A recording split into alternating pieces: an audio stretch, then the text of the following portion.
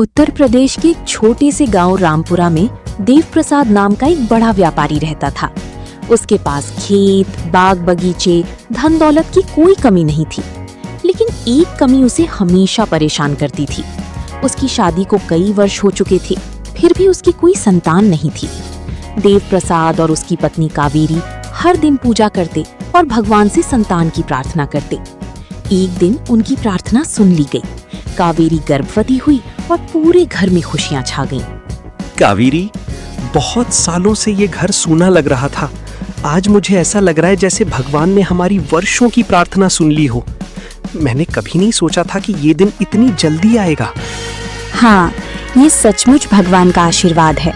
अब हमारा घर भी बच्चों की हंसी और किलकारियों से गूंजेगा। हमारा घर का आंगन भी अब झूम उठेगा। लेकिन मुझे धन दौलत या बड़ी खुशियों से ज्यादा उस बच्चे की अच्छी सेहत की चिंता है। भगवान जो भी दे, बस वो स्वस्थ, संस्कारी और दयालु हो। तुम चिंता मत करो, भगवान की कृपा से हमारा बेटा बिल्कुल स्वस्थ और सुरक्षित होगा। मैं उसे दुनिया की हर खुशी दूंगा और कभी किसी चीज की कमी नहीं होने दूंगा। उसके आने से हमारे जीवन की सारी अधूरी खुशियां पूरी हो जाएंगी। मैं कई सालों से बच्चे के बिना अधूरी हो गई थी। तुम सच कह रहे हो, उसके आने से हमारे जीवन की सारी अधूरी खुशी पूरी हो जाएगी। जब हमारा बच्चा पहली बार हमें देखकर मुस्कुराएगा, वो पल सबसे अनमोल होगा। तुम बिल्कुल सही कहती हो कावेरी। अब मैं हर दिन उस नन्हे मेहमान के आने का इंतजार करूंगा। मुझे लगता है कि हमारी जीवन का सबसे सुंदर समय शुरू होने वाला है। समय बीतता गया। 9 महीने पूरे हुए और कावेरी ने एक सुंदर सी बेटी को जन्म दिया। लेकिन दुर्भाग्य से बच्ची के जन्म देने के कुछ ही घंटों बाद कावेरी की तबीयत बिगड़ गई और उसने हमेशा के लिए दुनिया छोड़ दी। देव प्रसाद जी, बच्ची को जन्म देने के बाद मां की शरीर पूरी तरह से कमजोर पड़ गया था और अचानक उनकी तबीयत ज्यादा खराब हो गई, जिसके कारण वो बच न सकी। ये खबर सुनकर देव प्रसाद टूट गया। उसका दुख धीरे धीरे गुस्से में बदल गया और उसने अपनी नवजात बेटी को ही पत्नी की मृत्यु का कारण मान लिया। सब इस लड़की के वजह से हुआ। अगर ये लड़की पैदा नहीं होती तो मेरी कावेरी आज जिंदा होती। हमें नहीं मालूम था कि लड़की पैदा होते ही अपनी मां को खा जाएगी। बेटा, तुम्हें ये मानना गलत है। इस मासूम का क्या दोष है? जन्म और मृत्यु भगवान के हाथ में है। जो जितना दिन के लिए आता है, उतना दिन ही धरती पर टिकता है। भगवान ने कावेरी को इतने दिन के लिए ही भेजा था। नहीं अम्मा, ये सब बेकार की बातें हैं। सब ये लड़की की वजह से हुआ है। आज के बाद मुझे इस लड़की का सूरत भी नहीं देखना है। ले जाइए आप इसे। मेरे पास से मुझे इससे कोई लगाव नहीं है। उस दिन के बाद उसने अपनी बेटी को गोद तक नहीं लिया। बेटी का नाम रखा गया गौरी। गौरी की परवरिश घर की बुजुर्ग सेविका दुर्गा अम्मा ने की। धीरे धीरे गौरी 5 साल की हो गई। दुर्गा अम्मा, क्या पिताजी मुझसे नाराज हैं? मैं जब भी उनके सामने पढ़ती हूँ तो वो मुझसे बात नहीं करते हैं, मेरे से दूर चले जाते हैं। नहीं बेटी, बस उनके दिल में बहुत दर्द है। हर समय एक जैसा नहीं होता। समय के साथ साथ हर आदमी का दुख दर्द खत्म होने लगता है। देखना, एक दिन वो तुझे जरूर अपनाएंगे। दुर्गा अम्मा, पिताजी मुझसे नाराज हैं, लेकिन मैं पिताजी से नाराज नहीं हूँ। मैं रोज भगवान से प्रार्थना करूंगी कि पिताजी खुश रहें। तू सच में बहुत बड़ी दिल वाली बच्ची है, लेकिन ऊपर वाला ने पता नहीं तुमसे किस जन्म का बदला लिया है कि माँ भी तुझे बचपन में छोड़ गई और पिता तुम्हें देखना तक नहीं चाहता। कुछ वर्षों बाद लोगों के समझाने पर देव प्रसाद ने दूसरी शादी कर ली। उसकी नई पत्नी रत्ना थी। शादी के 2 साल बाद रत्ना ने भी एक बेटी को जन्म दिया। उसका नाम रखा गया रानी। मेरी बेटी, मेरी रानी, भगवान ने मेरे जीवन में फिर से खुशियां लौटा दी हैं। मैं इसे किसी चीज की कमी नहीं होने दूंगा। बिल्कुल, हमारी बेटी बहुत भाग्यशाली है। इसके आने से घर में फिर से रौनक आ गई है। लेकिन मैं एक बात साफ साफ कहना चाहती हूँ, मैं अपनी बेटी रानी पर उस मनहूस लड़की का साया तक नहीं पड़ने दूंगी। तुम बिल्कुल ठीक कह रही हो, मैं भी यही चाहता हूँ। इस मनहूस लड़की ने, उस दिन ने मेरी पूरी जिंदगी बदल दी थी। मैं उस दर्द को आज तक नहीं भूल पाया हूँ। मेरी बेटी किसी राजकुमारी से कम नहीं है। बस एक बात का ध्यान रखिएगा, रानी और गौरी के बीच कभी बराबरी नहीं होनी चाहिए। अब रानी को घर की राजकुमारी जैसा प्यार मिलता था, जबकि गौरी को नौकरानी की तरह रखा जाता था। समय बीतता गया और दोनों बेटियां बड़ी हो गई, लेकिन रानी का स्वभाव बहुत अलग था। वो हमेशा घमंड में ही चूर रहती थी।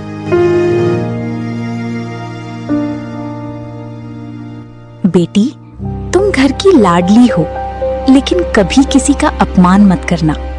घर में सब लोग तुमसे बड़े हैं, सबको सम्मान देना तुम्हारा फर्ज है। माँ, मैं अपने पापा की लाडली बेटी हूँ। पापा हमारे हर जिद को पूरी करते हैं। मैं क्यों किसी की परवाह करूं? इस घर में सबसे ज्यादा प्यार मुझे मिलता है। देखो बेटा, पापा तुम्हारी हर जिद को पूरी करते हैं, लेकिन वो कभी नहीं चाहेंगे कि तुम अपने से बड़ों को सम्मान ना दो। याद रखो, सम्मान बांटने से बढ़ता है। ये बातें गौरी जैसी साधारण लड़कियों के लिए होंगी, मेरे लिए नहीं। गौरी बड़ी होकर बहुत दयालु, मेहनती और समझदार लड़की बनी। वो सुबह से रात तक घर का काम करती रही। उसके चेहरे पर कभी शिकायत नहीं होती, लेकिन देव प्रसाद और रत्ना के मन में उसके लिए कोई अपनापन नहीं था। सुनिए जी, गौरी अब बड़ी हो गई है। मुझे लगता है कि उसकी शादी के बारे में सोच लेना चाहिए। हाँ, मैं भी यही सोच रहा था। जितनी जल्दी उसकी शादी हो जाए उतना ही अच्छा है। उसके इस घर में रहने से मुझे कभी अच्छा नहीं लगता। हर बार उसे देखकर मुझे पुराने दिनों की बातें याद आ जाती हैं। मुझे भी यही लगता है। मैं चाहती हूँ कि जल्द से जल्द कोई रिश्ता मिल जाए और वो अपने घर चली जाए। लेकिन एक बात याद रखना, उसके विवाह पर ज्यादा खर्च करने की कोई जरूरत नहीं है। साधारण सा घर परिवार मिल जाए तो वही काफी है। बिल्कुल, मैं भी इस मनहूस के लिए कोई बड़ा आयोजन नहीं करना चाहता। बस शादी हो जाए और हमारी जिम्मेदारी पूरी हो जाए। उसने अपनी बेटी के लिए कोई अमीर रिश्ता नहीं ढूंढा, बल्कि गांव के किनारे रहने वाले एक गरीब लकड़हारे अर्जुन से उसका विवाह कर दिया। न दहेज दिया गया, न कोई सम्मान।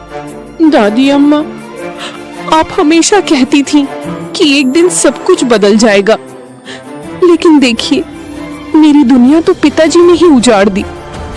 हमारी शादी एक गरीब घर में कर दी। ऐसी बातें मत कर बेटी। कभी कभी इंसान अपने दुख और गुस्से में इतना अंधा हो जाता है कि सही और गलत का फर्क भूल जाता है।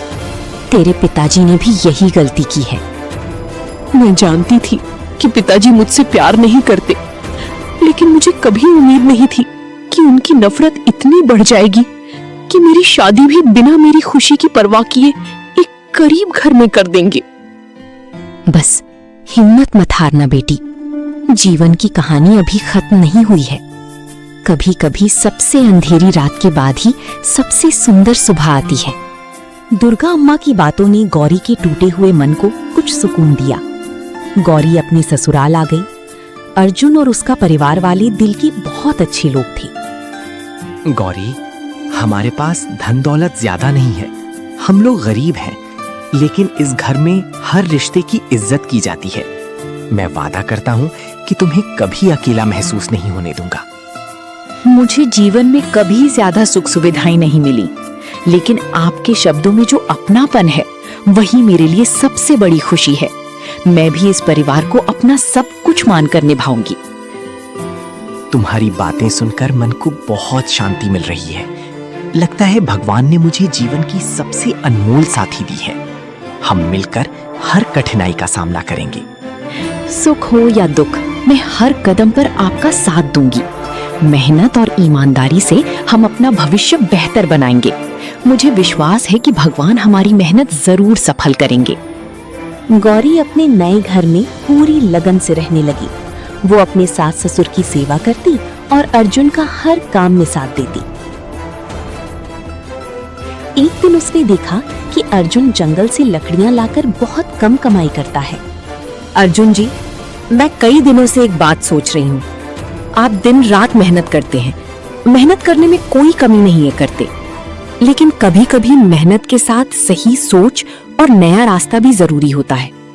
हमें कोई नया काम करना चाहिए जिसमें आगे बढ़ने की संभावना हो।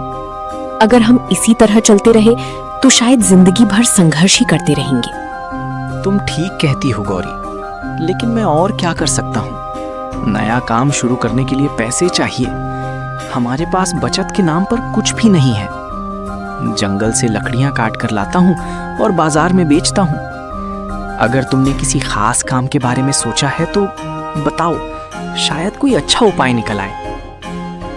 हर बड़ी शुरुआत बहुत छोटे कदम से होती है। मेरे पास माँ की दी हुई एक पुरानी चांदी की पायल है। मैंने उसे इतने वर्षों से संभाल कर रखा है। मैं चाहती हूँ आप उससे बेचकर एक छोटा सा बिजनेस शुरू कीजिए। अगर इरादा मजबूत हो तो भगवान भी रास्ता दिखा देते हैं। मुझे विश्वास है कि हमारी मेहनत जरूर रंग लाएगी। नहीं गौरी, वो तुम्हारी माँ की आखिरी निशानी है। मैं नहीं चाहता कि मेरी वजह से तुम उसे अपने से दूर कर दो। उसकी भावनात्मक कीमत किसी भी धन से ज्यादा है। नहीं अर्जुन जी, ये पायल बेचकर आप बिजनेस शुरू कर दीजिए। अगर ये पायल हमारे भविष्य को बेहतर बना सकती है तो यही उसकी सबसे बड़ी कीमत होगी। तुम सचमुच बहुत समझदार हो गौरी। तुम हर मुश्किल में उम्मीद की किरण ढूंढ लेती हो। आज मुझे तुम पर पहले से भी ज्यादा गर्व हो रहा है। पायल बेचकर मिले पैसों से अर्जुन ने सब्जियों का छोटा व्यापार शुरू किया। शुरुआत में वो सुबह सुबह गांवों से ताजी सब्जियां खरीदता और बाजार में बेचने जाता, लेकिन पहले कुछ दिनों में कमाई बहुत कम हुई। गौरी, हमने इतनी मेहनत की लेकिन बहुत कम पैसा मिला। मुझे समझ नहीं आ रहा कि ये काम चलेगा भी या नहीं। चिंता मत कीजिए अर्जुन जी, कोई भी काम पहले दिन से बड़ा नहीं बनता। कुछ दिन और मेहनत कीजिए, फर्क खुद दिखने लगेगा। लेकिन अगर नुकसान हो गया तो हमारे पास दोबारा शुरुआत करने के लिए कुछ भी नहीं बचेगा। मेहनत और ईमानदारी कभी व्यर्थ नहीं जाती। अगर हम ग्राहकों के साथ अच्छा व्यवहार करेंगे और अच्छी सब्जियां बेचेंगे तो लोग खुद हमारे पास आएंगे। बहू ठीक कह रही है बेटा। शुरुआत में हर काम में थोड़ी कठिनाई आती है। धैर्य रखने वालों को ही सफलता मिलती है। बस कुछ समय और मेहनत कीजिए। आज जो लोग हमें नहीं जानते वही कल हमारे नियमित ग्राहक बनेंगे। गौरी की बातों से अर्जुन का आत्मविश्वास बढ़ गया। अगले दिन से उसने और मेहनत और ईमानदारी से काम करना शुरू कर दिया। धीरे धीरे लोगों का भरोसा बढ़ा और उसका व्यापार भी चलने लगा।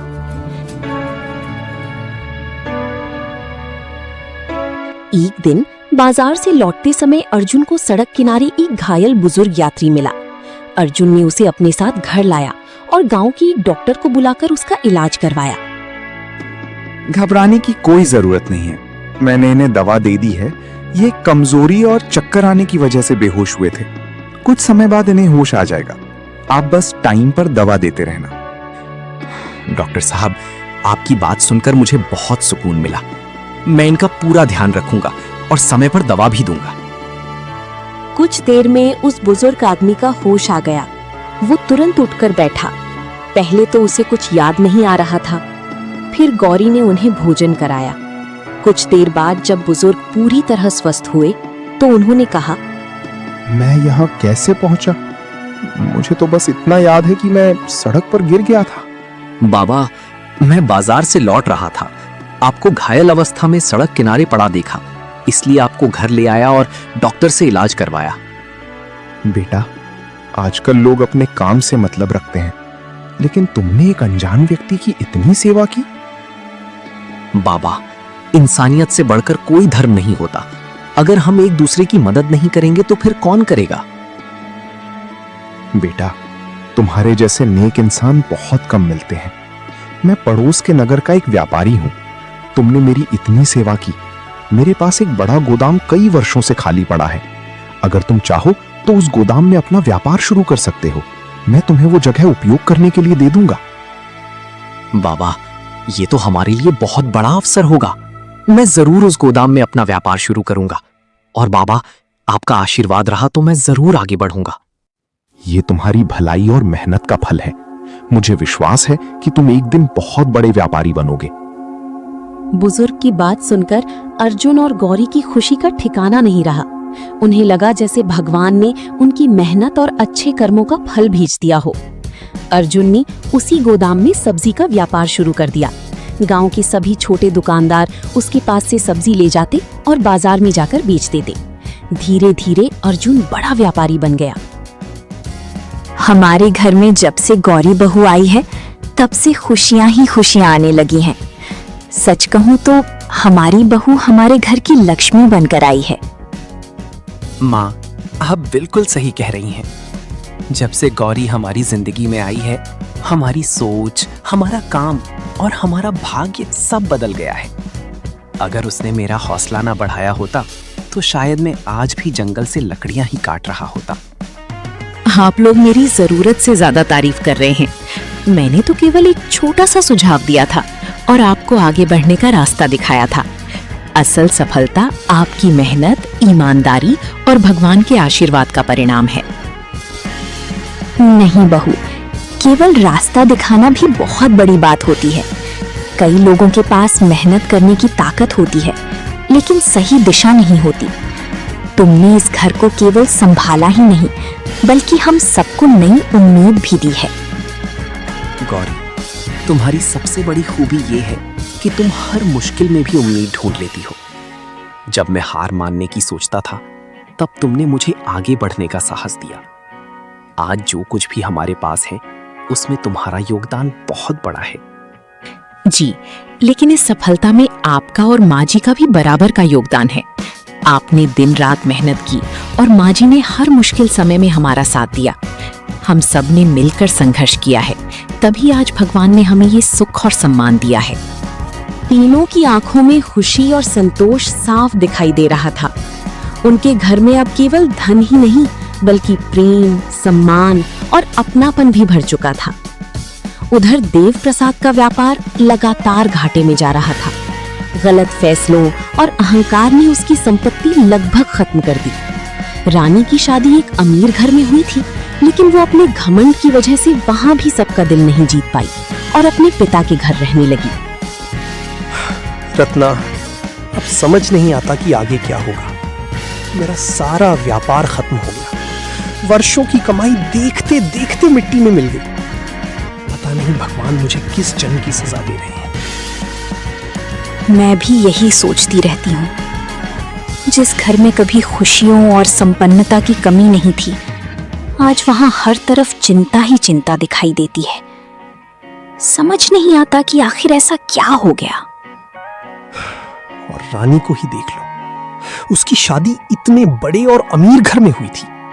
मैंने सोचा था कि उसे जीवन भर हर सुख मिलेगा, लेकिन वो भी अपने घर को संभाल नहीं सकी।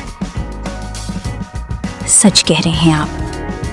हमारी किस्मत के साथ साथ उसकी किस्मत भी जैसे रूठ गई है। आज वो भी ना ससुराल की रही और ना अपने जीवन में खुश रह सकी। कभी कभी लगता है कि भगवान हमसे बहुत नाराज है। जिस चीज को हाथ लगाता हूं वही बिगड़ जाती है। न व्यापार बचा, न सम्मान बचा और न ही मन की शांति। एक दिन गौरी ने अपने नए व्यापारिक भवन के उद्घाटन पर पूरे गांव को आमंत्रित किया। देव प्रसाद, रत्ना और रानी भी वहां पहुंचे। भव्य आयोजन देखकर वे चौंक गए। क्या ये सब सचमुच गौरी का है? मैंने तो कभी सोचा भी नहीं था कि वो एक दिन इतनी बड़ी और सम्मानित व्यापारी बन जाएगी। हाँ, ये सब गौरी और अर्जुन की मेहनत का फल है। जब गौरी इस घर में आई थी, तब अर्जुन एक साधारण लकड़हारा था। दिन भर जंगल में मेहनत करता था, लेकिन गौरी ने अर्जुन का हौसला बढ़ाया, उसे नए काम करने की सलाह दी और हर कदम पर उसका साथ दिया। सच कहें तो जब से गौरी अर्जुन की जिंदगी में आई है, उसकी किस्मत ही बदल गई है। वरना अर्जुन तो आज भी जंगल से लकड़ियां काटकर बेच रहा होता। गौरी ने ही उसके जीवन को नई दिशा दी है। कार्यक्रम में गौरी की सास ने सबके सामने गौरी के संघर्ष, मेहनत और अच्छे संस्कारों की दिल खोलकर प्रशंसा की। जब से गौरी हमारे घर आई है, हमारे जीवन में सुख और सम्मान दोनों आए हैं। ये हमारी बहू नहीं, हमारे घर की लक्ष्मी है। ये सुनकर देव प्रसाद की आंखें भर आईं। उसे अपनी सारी गलतियां याद आने लगी। बेटी, मैंने तुझे हमेशा अपशकुन समझा, लेकिन असली दुर्भाग्य तो मेरी सोच थी। पिताजी, बीती बातों को भूल जाइए। परिवार साथ हो तो हर दुख छूटा हो जाता है। देव प्रसाद को अपनी गलती का एहसास हो चुका था। उस दिन उसने समझ लिया कि बेटी कभी मनहूस नहीं होती। उसकी किस्मत नहीं, बल्कि लोगों की सोच गलत हो सकती है।